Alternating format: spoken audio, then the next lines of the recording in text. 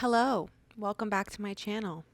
Things are a little different this time around because today I am starting a new series, maybe, we'll see, that is called Tiny Mic Rants. I couldn't find my other mic, so we're using the tiny one because honestly, I need to say so much about an individual that this video is centered around because they have just gone out of their way it seems, to just make a complete and utter ass of themselves, and for lack of a better word, I'm disappointed. By today's title, and perhaps some context clues, you could deduce that today's video is about deaf noodles. I am mainly going to be speaking from the perspective of a consumer, to be frank with you with this video, not so much my professional background, because I was somebody, like I'm sure most of you who watch Deaf Noodles or know who he is or know who Dennis is, you watched him every day.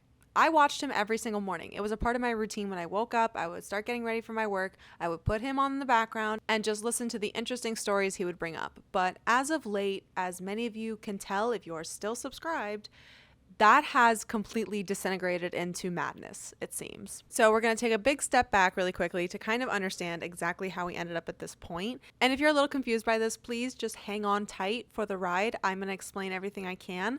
But if you're already familiar with most of the origins of this mess and you just want to skip to my thoughts and overall current events, timestamped, marked, got it, go, great. Moving on. I need to start off and say that this is not a normal video where I have literally written out a thesis and or have some kind of hypothesis, thesis, morality involved with all of this. This is honestly me just being angry and talking about all the things that I have legitimately taken mental note of for the last, 2 years with this man. He's been on YouTube poppin', trending, relevant for the better part of 2 years. Now, prior to that, not so much. If you don't know Dennis's origins, what he started out doing on YouTube apparently was a lot of like Philippines related content, and then eventually he transitioned to reacting to memes. And really quick side note before I go any further, I cannot stand reaction content. I'm going to link like a 5-hour documentary about all this down below if you're really curious about the absolute minute details of this entire atrocity of a drama situation. But I'm telling you, it's going to be a waste of your time. I got genuinely angry with myself because I was spending so much time prepping to do this video, when in reality, this video and this man, this subject matter, deserves about the same amount of effort as he's putting into himself right now, which is literally zero. Anyway, so while he was making the meme content on his channel, he or somebody, I'm not entirely sure, submitted his channel to another channel called Kavos or Kavos. I don't know. He essentially is a review channel. Does the same exact thing, but it's a little more interesting because he is actually quite funny. I'm going to get into it more as we go throughout this video, but for the most part, Dennis is not really what I would consider obviously funny or uniquely interesting when it comes to humor. So when Kavos went through his channel, he not only noted the fact that Dennis is primarily just doing meme reaction content, which, but he also noted the fact that like Dennis is not funny. Dennis is not making jokes that anyone would laugh at. And if anything, it's actually quite cringe, to be frank with you. A word that is going to be used a lot in relation to Dennis Noodles for the duration of his career. Kavos is going through his channel and he reacts and he does his thing. He posts it. It gets views, blah, blah, blah. So then the smart thing to do for Dennis was, if he was going to sit there and react to somebody's reaction to his channel, he could have at least just taken some mental notes, laughed along while he did it, and just, you know what, take a little bit of a kick in the ass and keep moving. You know, he really could have done so well with this. So Kavos did his thing, Dennis did his thing back, and basically was just unable to process any kind of legitimate criticism that Kavos could have had. Now, granted, was Kavos being unnecessarily mean in certain ways? Yes, but also, what does Kavos owe Dennis to not speak his truth? Like, there's criticism for sure, and then there's being mean. Somewhere in between, there's something to take away in certain cases, and this was the time that Dennis really could have just sit down and shut the fuck up and listened. Moving on. Anyway, so after that whole situation, Dennis responded to Kavos. Kavos kind of responded to Dennis. There was a little bit of back and forth for a little bit, but for the most part, it seemed like it prompted Dennis to perhaps seek other avenues of entertainment and content creation. So instead of reacting to meme content, he started posting videos reacting to drama content. Now, here is where a discrepancy forms. So according to Dennis, Mr. Noodles, if you will, He says that the Minecraft cat character that we had come to recognize from him was essentially a parody of other drama channels and how they talk about content and whatnot. Now, the reason I speak about it in such a skeptical tone is that I cannot understand where we were supposed to interpret that this was a parody and not indeed him just doing a shtick for a drama content channel. Like, all drama channels have a shtick, right? Spill Sesh is like your girlfriend who calls you up and is like, girl, you got to hear about this. And you're like, girl, oh my God. And then T-Spill is a little bit more online personality. You know, they have the aesthetic of like a Gossip Girl blog. That's the vibe, right?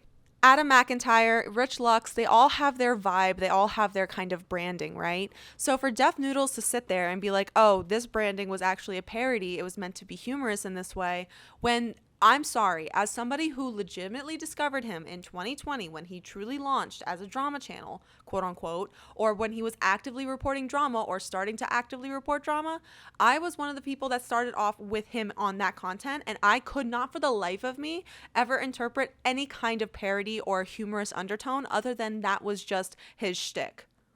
Anyway, so he started doing that kind of thing, and it gained a lot of traction because, as we know, drama content in general gains a lot of views. Now, what made Dennis so, I'm going to say it, great at this particular kind of content creation was that he was always on top of everything. That man stayed on Twitter. That man had post notifications on every single platform. That man stayed connected at all times and posted literally daily, 6 a.m., 9 a.m. And honestly, I loved it because it was like, oh, good. I get all my little drama catch up in like a quick 5-minute thing. No big deal. Where I start to get even more confused is then Dennis starts posting on his Twitter legitimate news type things. So Jason from the drama stuff, right? Which is, you know, like Gabby Hanna, James Charles, all those fucking bitches. He starts also posting content centering around the Black Lives Matter movement, police brutality, stuff like that, as well as SA allegations and other very serious topics. So it's hard for me.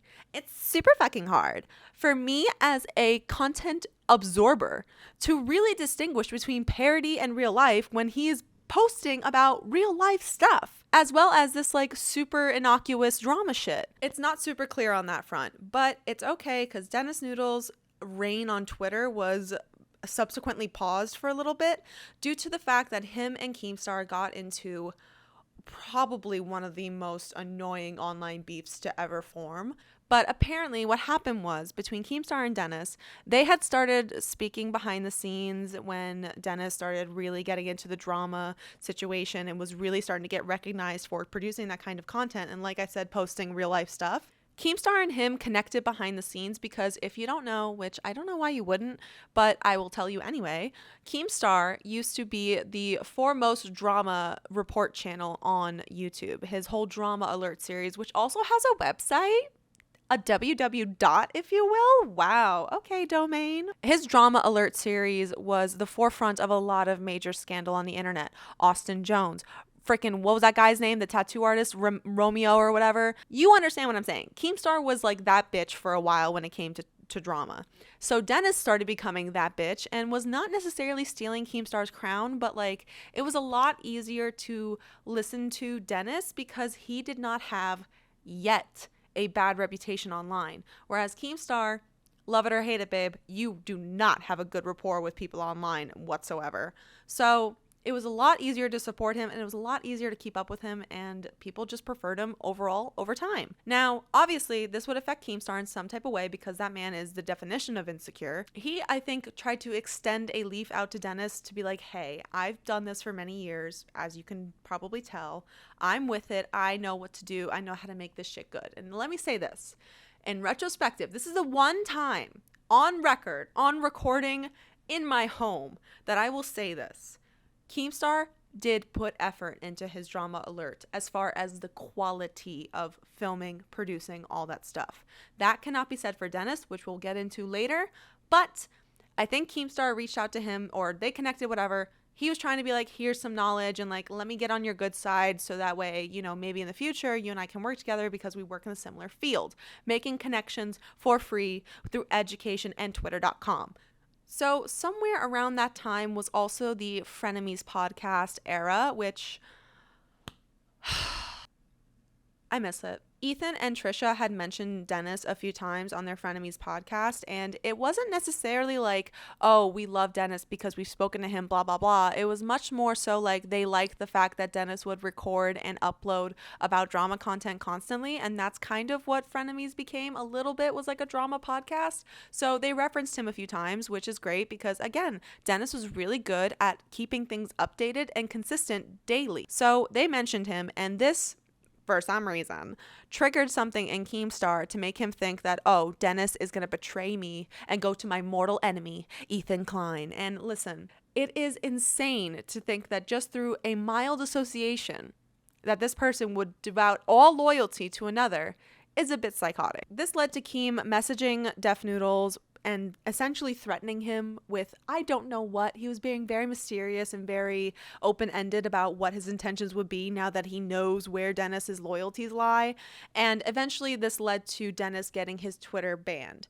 Now, a lot of people are crediting Dennis's Twitter being banned to Keemstar and his connections, whether it be at twitter.com or twitter.net or twitter.coo. I don't know, okay? But that was obviously a big loss for him because Twitter is an instant thing. That's typically where people get the most news or the most instant news. So for him as a reporter, if you want to call him that at the time, apparently he was a parody channel, who knows? But obviously that would impede his business. Now, this led to Dennis going on an absolute tirade, a fucking crusade. Girl, there was a motherfucking renaissance in some ways with this man. He was so hell-bent on using his platform to criticize Keemstar in any way, shape, or form. Now, the crucial thing to note between these two literal grown men and their whole feud online is that it truly got out of control when Dennis Noodles reported on an alleged 17-year-old confessing to James Charles and him having inappropriate conversations and inappropriate dynamics, and it turned out that it was not entirely true. And Def Noodles had to post a retraction correcting his statement. And I have to say, as somebody who did study some elements of journalism in college, it is not uncommon for any press of any kind to print a retraction. It happens, especially in stuff where it's daily news. It can happen. Now, obviously, it's detrimental to anyone's reputation to be accused of anything falsely, but if you ask me, in my opinion, allegedly, it's not like that was too far off base, allegedly. But granted, it was not entirely true. This gave Keemstar the room to make a big fucking deal of it and post a really obnoxiously sarcastic news report saying that Def Noodles was also allegedly accused of doing some allegedly terrible things with a minor. If you ask any human being who knows Keemstar and knows the whole Def Noodles situation, you would assume that this was a joke. And considering that Def is an accredited comedian, which we'll get into later, you would think he would take the 3.5 seconds it requires to analyze and come to the conclusion that this is supposed to be satirical. But according to Mr. Noodles, no, this is not satirical. This is an attack on my character. This is defamation. This is going to ruin my career. I am taking you to a legal court and having a hearing with you, sir. That's essentially what he did. And now there's still a process going on. From my understanding, there's still a lawsuit happening. There's still some situations being situated between these two. Def Noodles did take Keem to court over defamation because of this tweet. Now, keep that in mind. Bookmark that, keep it in the back of your head because we're going to come back to it not that far from now. But that whole situation happened. Def is no longer on Twitter and he decides to drop the persona of his little Minecraft character house or whatever and start posting as himself. Now, the main difference between Mr. Noodles and the actual Dennis is that Mr. Noodles wore a cat headband and was wearing fake glasses and spoke in not so many curse words. Whereas Dennis in real life cusses constantly, not to any kind of comedic effect, but just cusses constantly and is very aggressive and just loud in what he says. And during this time, he also starts making a little bit of strides to involve more jokes into the stories. Now, again, I was somebody that watched his content every single day.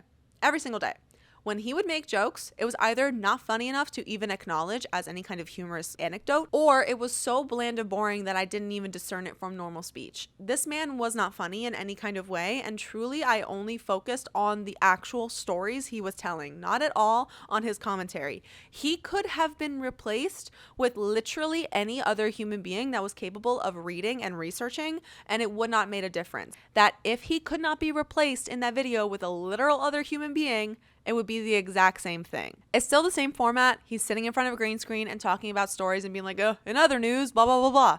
Now a palate cleanser.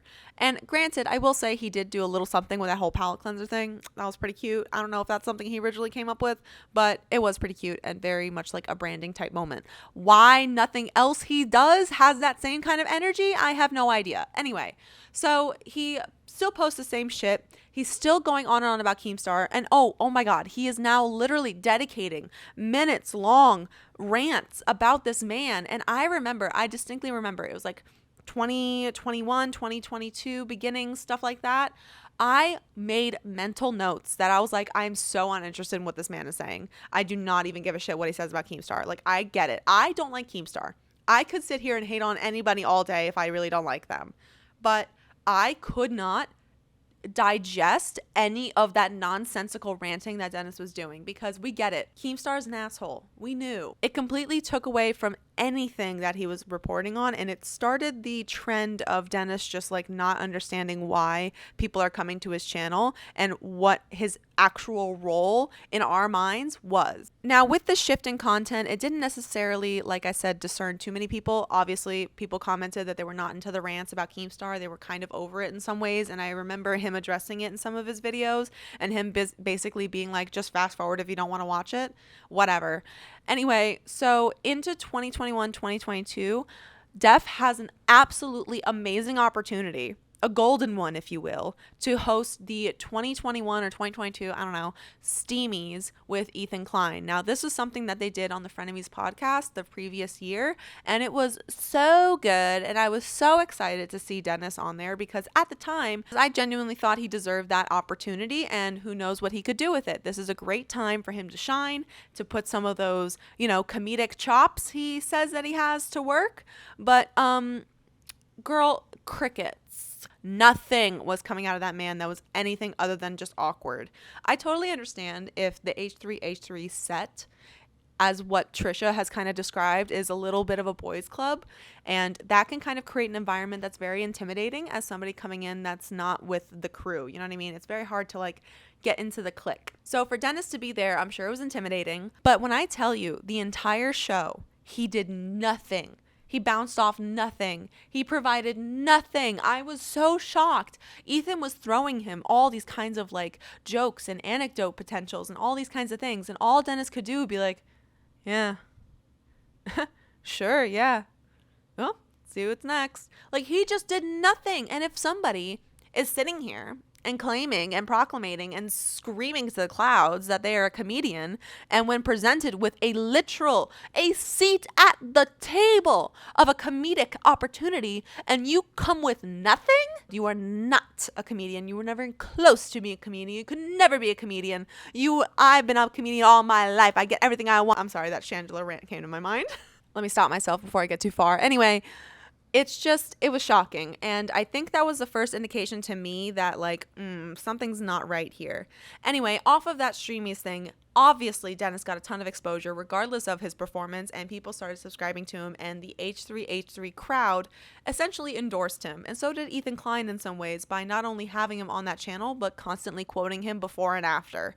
Anyway, after the Streamies, Dennis continues on his tirade and the things that he does, but in the background there is somebody by the name of Papa Gut, and by background I don't necessarily mean like irrelevant. This man is not. Papa Gut, from my brief research into his channel and everything he does, like, good on you for everything that you do, Papa Gut. Like, as somebody who is very much active in sexual assault awareness and women's rights and all that kind of stuff, what his mission is admirable.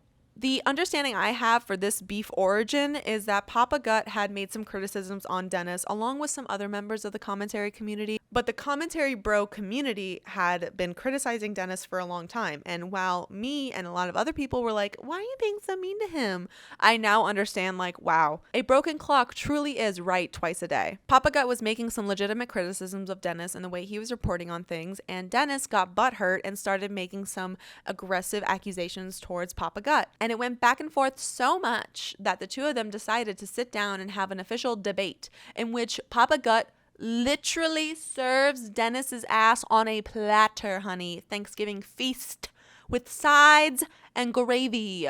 It was absolutely embarrassing the way that Dennis was acting towards Papa Gut in that debate and how awful he was at actually being able to form a conversation with another human being. It was genuinely shocking. I feel it should be studied. So they have this whole debate. Dennis literally loses, and he's obviously very sour about that. As I can tell, this man is very prideful. I'm not going to say it's because he's a Pisces, which we're going to talk about his age in a second.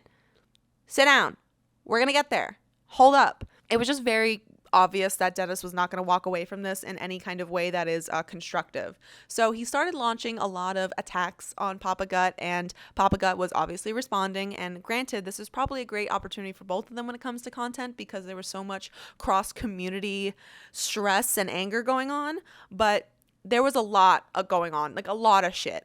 And then somehow, in the midst of all of this, Dennis gets his Twitter back. And honestly, I am very much pro free speech. That man did not need his Twitter back. We could have gone without that.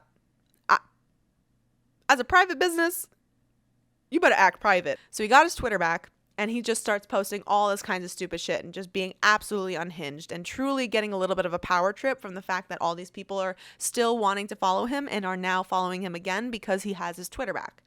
He starts talking about Papa Gut and making all kinds of comparisons to him and pedophiles that are all baseless. And it's really ironic because the person that is suing Keemstar right now, Mr. Noodles, was doing so based on a defamating pedophile joke that Keem had made.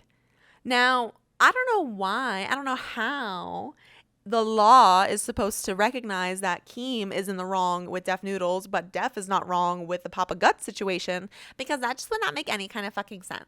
Def is doing that.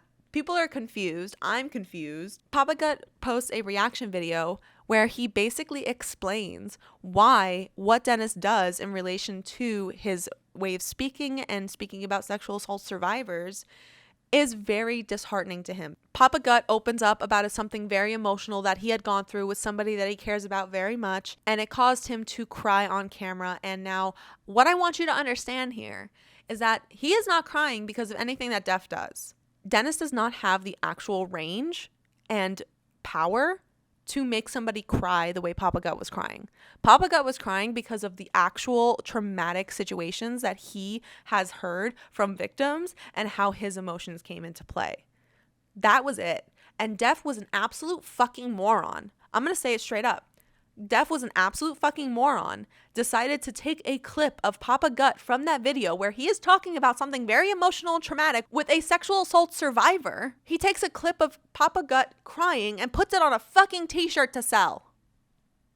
Now, I can understand. Putting certain memes and certain things on t-shirts can be quite enjoyable for some people. I think it is an absolute fashion sin and stylistically looks like a booger. But I cannot, for the life of me, understand why any human being on this planet would think it's appropriate to not only take a snippet, a screenshot out of context of someone displaying emotion and plastering it on a fucking shirt. A probably 99-cent, 100% cotton shirt, mind you, with a tight crew neck. To put that on a t-shirt is just absolutely immoral at best. Why the fuck would you take a screenshot of a video that you have zero knowledge of the context? He claims, oh my God, let me tell you, Dennis claims that he has no idea what the context of that video was. It was just playing in the background and he thought it was funny and decided to make a joke out of it. How the fuck can you sit there as a grown man and be like, oh, I don't know. Shut the fuck up. Oh, it makes me so angry. It makes me so angry. I have to pet my cat real quick. I have to pet my cat. And not that cat. Don't be gross. Now, this is when other people in the commentary community start to really get angered and riled up, and it starts to become a bit of a problem that Deaf Noodles cannot handle. And he continuously is trying to like bark back at these very eloquent commentary channels, which results in Def just looking even more dumb. So this beef with him and Papa Gut is still ongoing.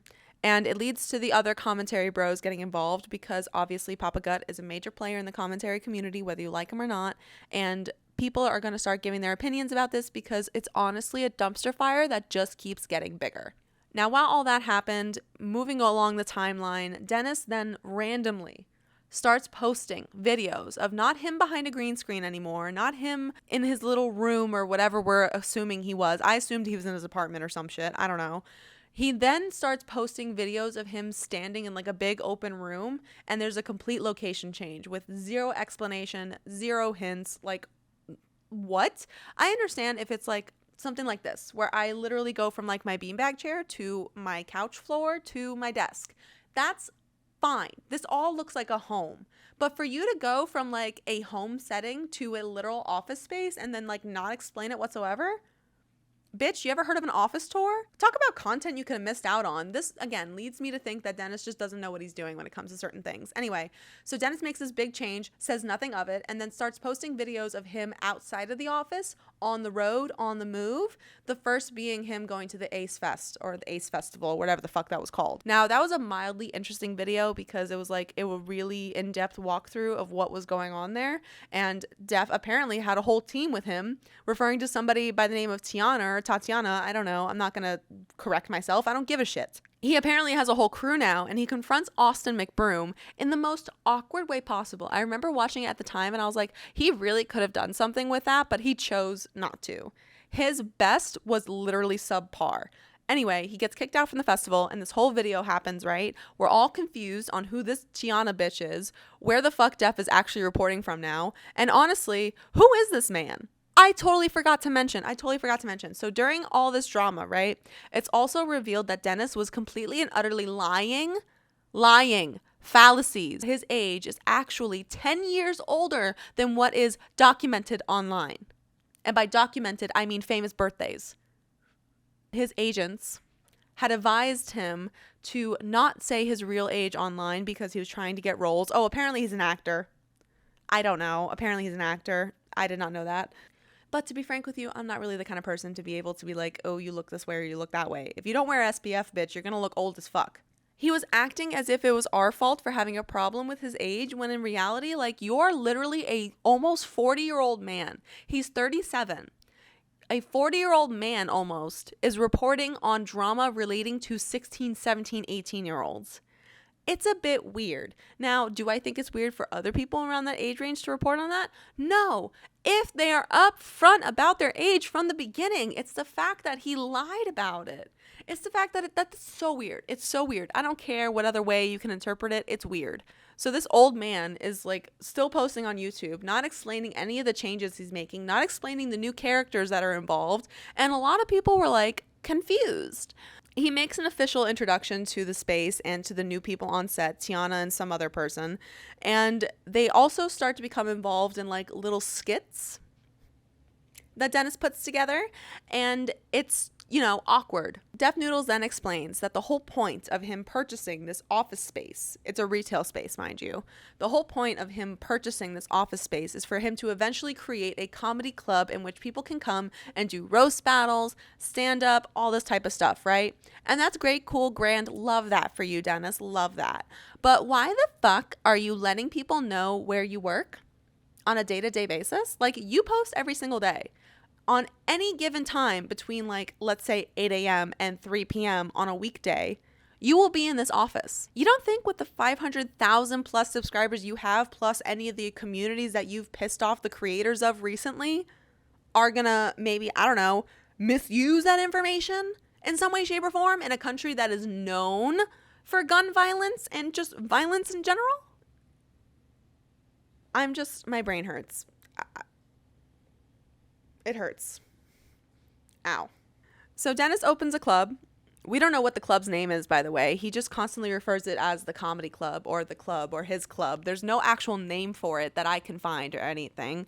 He opens up this comedy club and starts hosting roast battles with his comedy friends and starts challenging other YouTubers. Hey, you got a problem with me? Come to my roast battle and say it in person. But Def puts the show on. He has like 15 or 16 people show up for the first night. And when I tell you that watching this stream, watching this set was literally the most butthole hurting experience of my life. I've had Taco Bell at 3 a.m. that was less painful than this fucking stand-up, whatever you can call it. So embarrassing. Not only Dennis, because Dennis was just absolutely a menace the entire time, but the people he had as comedians, no. Incorrect. That is incorrect, invalid, and indeed denied. Absolutely not. I'm not going to harp too much on the roast battles because honestly, I've already watched them and feel victimized enough by them. But I will say one thing really quick about one particular person in general. Miranda. The entire time. Sorry if you're wearing headphones, but that's her entire set. And she also was screaming the F slur. So much so that the little Twitch stream that Dennis was also hosting simultaneously with his event, he got banned on. Miranda ends up winning that roast battle and appears on the second one, and I'm assuming she's going to be on the third because the second just passed recently. And let me tell you, the second was worse than the first. On the second roast battle, they have the same line of comedians. It seems. I don't really know what the difference was because everybody was still not funny. Dennis also invites this guy named Salvo Pancakes, whom I do not know of. I have no opinion of him. He invites Salvo Pancakes to come perform a roast battle at his club in LA, and the man flies from, I think, Chicago to fucking LA to do this whole little basement situation. It literally looks like it's in the bottom dwellings of like a torture chamber or something, or at least that's how it feels. But Salvo Pancakes shows up. And he's a little creepy about things, I'm not gonna lie. If you don't know, he did show up to like the venue beforehand and did little filming outside and was like, Dennis, you better let me in, blah, blah, blah. Salvo shows up to the roast. It's a whole mess. They're apparently serving alcohol, which listen, I'm not saying I am any kind of law expert. I definitely don't know anything in California law. Not possible for somebody to get a liquor license that fucking quick, especially for a retail space. You are not a restaurant. You are not a bar. You are a retail, former sneaker or amp store.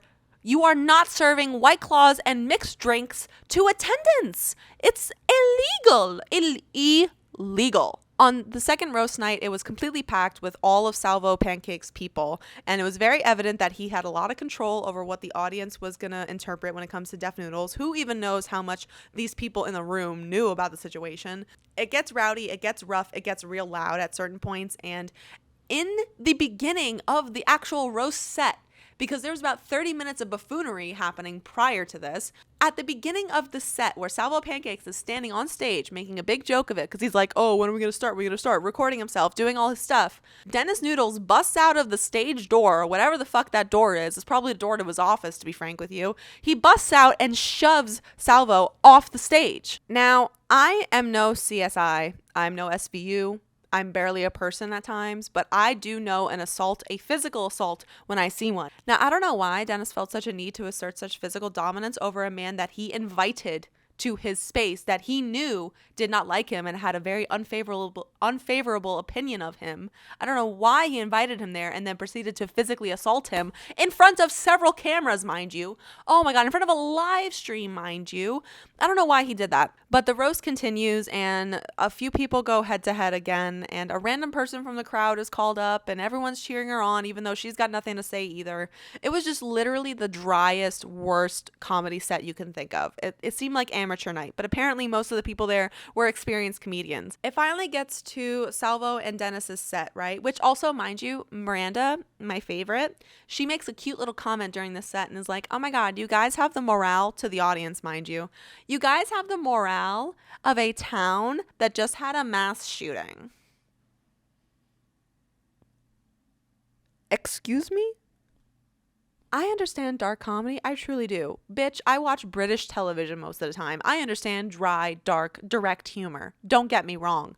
But what in that was supposed to be funny? It was stupid. And you got crickets, as you deserve, Miranda. Anyway, it gets to a point where the crowd has completely betrayed Dennis and is just not listening to him whatsoever. And Dennis is too much of a pussy. Straight up. Dennis is too much of a pussy to give Salvo the mic to start the roast and decides to reject Salvo's roast opportunity and then denies him the mic. What? Obviously, Salvo got upset and it got real rowdy. It got real mean, and they basically just spent the whole time yelling at each other. Apparently, Dennis had his people escort Salvo's people out of the building and was like, you guys are done. Just get out, and kicked them all out at the end. I would really, really hate to be the kind of person that spent money on this thing just for that to be it. And mind you, oh my God, I didn't know this until after, but apparently that whole venue does not have AC. That venue does not have AC. Can you imagine? Just close your eyes real quick. Close your eyes with me, okay? You're sitting in a room that is unair conditioned with about 50 or so people collectively. Majority of them are men, and majority of them are the type of men that would not wear deodorant. Now, Dennis is going to continue to do these roasts, and now considering that the second one almost ended in literal violence, physical violence, you would think he would probably take some precautions with the third one, but we'll see. I didn't even get to the absolute atrocities he was tweeting on Twitter, but just to give you an idea, there was one tweet in particular he sent out where he was like, you need to entertain yourself with the end of a barrel of a shotgun. He basically told the person to go kill themselves, right? And like, listen, this is not 2006. We are not in 2005. We're not even 2010, babes, okay? Killing yourself jokes were never funny, but they're really not funny now. Like, they're borderline unacceptable at this point, if not completely. Because there's no humor in telling somebody to go kill themselves, especially when the suicide rate is at fucking skyrocketing highs right now. And also, title your club. This man has no branding. This man has no way of thinking through anything. Like, oh. We gotta briefly also bring up the fact that his former assistant, Tatiana, or whatever the girl's name was that he was working with on the Ace Fest video, she had quit her job with him because apparently on their trip to Burning Man, he was so ill prepared that he not only had his literal assistant, his paid intern or whatever the fuck her title was, he had her pay for the rental car because his license was expired, and then he had them drive to the middle of the desert, sleep in the car overnight with no water, no toothbrush, no preparation of any kind. They slept overnight and then went to Burning Man, and this poor girl had to put all that shit on her fucking credit card with this grown-ass man getting tooty with her about her not wanting to go along with it. She then, after quitting, posted a little something on TikTok, and I think she's planning on posting something on her YouTube, like a full-fledged story time. And Dennis got so fucking butthurt about this that he's threatening to sue her. And like, bitch, first of all, she never mentioned you by name in any of the videos. I don't know what you're trying to sue. You can't just take people to court and expect things to work out for you. The only way I think Dennis can resurrect himself from the situation is to either knock it off completely and just go right back to posting clips with zero commentary, Dennis. Like, literally just put the clips together, give them the little introduction that you do that is unbiased, if you can possibly do that, and just go with that. Go with that, Dennis. You are not good at comedy. Stay away from it. It's bad for you. You can barely see her, but she's so cute. Okay. Anyway, I think this video is done.